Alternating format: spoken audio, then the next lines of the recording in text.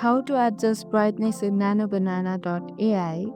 I'm going to guide you through the process on how to do it. Let's get started. First of all, on your laptop, open your preferred web browser. In the source bar, type NanoBanana AI and navigate to its official website. Once you are on the site, make sure you are logged in with your account. After that, scroll down until you see the AI editor section. Here you will find two options: image to image and text to image.